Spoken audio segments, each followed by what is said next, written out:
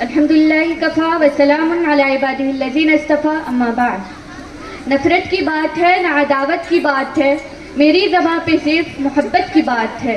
اس دور انتشار میں آپس کی دشمنی سوچو جو غور سے تو قیامت کی بات ہے۔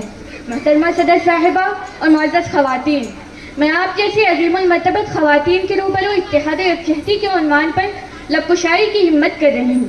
یہ سب آپ حضرات کی کرم فرمائی اور محبت کا نتیجہ ہے، ورنہ کہاں میں اور کہاں یہ نکھتے گل۔ آج مسلمانوں کے اندر نفرتوں اور عداوتوں کی خلیج اور آپسی تنازعے کی ایک مہلک بیماری ہر مسلمان کے رگ و ریشے میں سما چکی ہے۔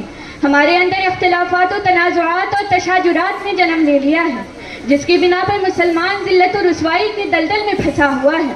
آج مسلمانوں کی مختلف جماعتوں اور تنظیموں میں آپسی اتحاد و اتفاق باقی نہیں۔ اس کی وجہ کیا ہے؟ صرف ایک بنیاد ہے جس میں مسلمانوں کے تمام لوگ، گروپ اور تمام تنظیمیں متحد ہو سکتی ہیں، اور وہ بنیاد قرآن و احادیث ہے۔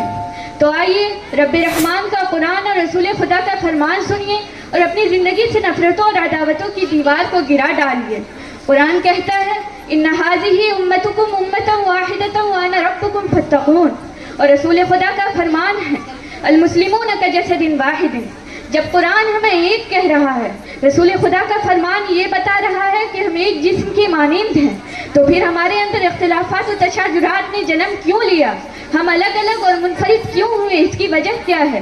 یاد رکھیں، جس قوم و ملت نے انتشار و اختلافات کو اختیار کیا، اس نے کبھی بھی کامیابی و کامرانی کا حسین چہرہ نہیں دیکھا، اور جس قوم و ملت نے اتحاد و یکجہتی کو اختیار کیا، وہ ہمیشہ فلاح و کامرانی کے اونچے اونچے پہاڑ پر نظر آئے۔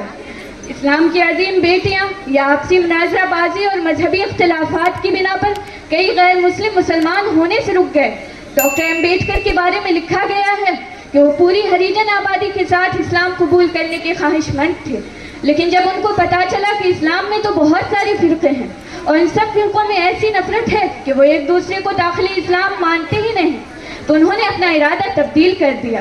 یہ وہ عبرت کی داستان ہے جس کی سیاہی ابھی تک تاریخ کے صفحات سے خشک بھی نہیں ہوئی۔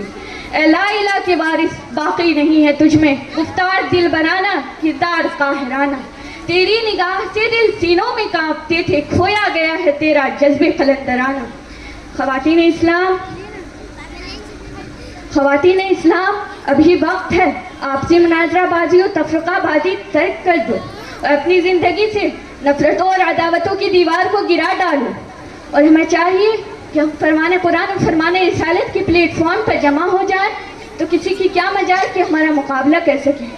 آخر میں اللہ تعالیٰ سے دعا ہے کہ ہمیں قرآن و حدیث کو دستور عمل بنانے کی توفیق دے، اور اتحاد و یکجہتی کی نعمت سے نواز کر انتشار و لعنت کی لعنت سے ہم سب کی حفاظت فرمائے۔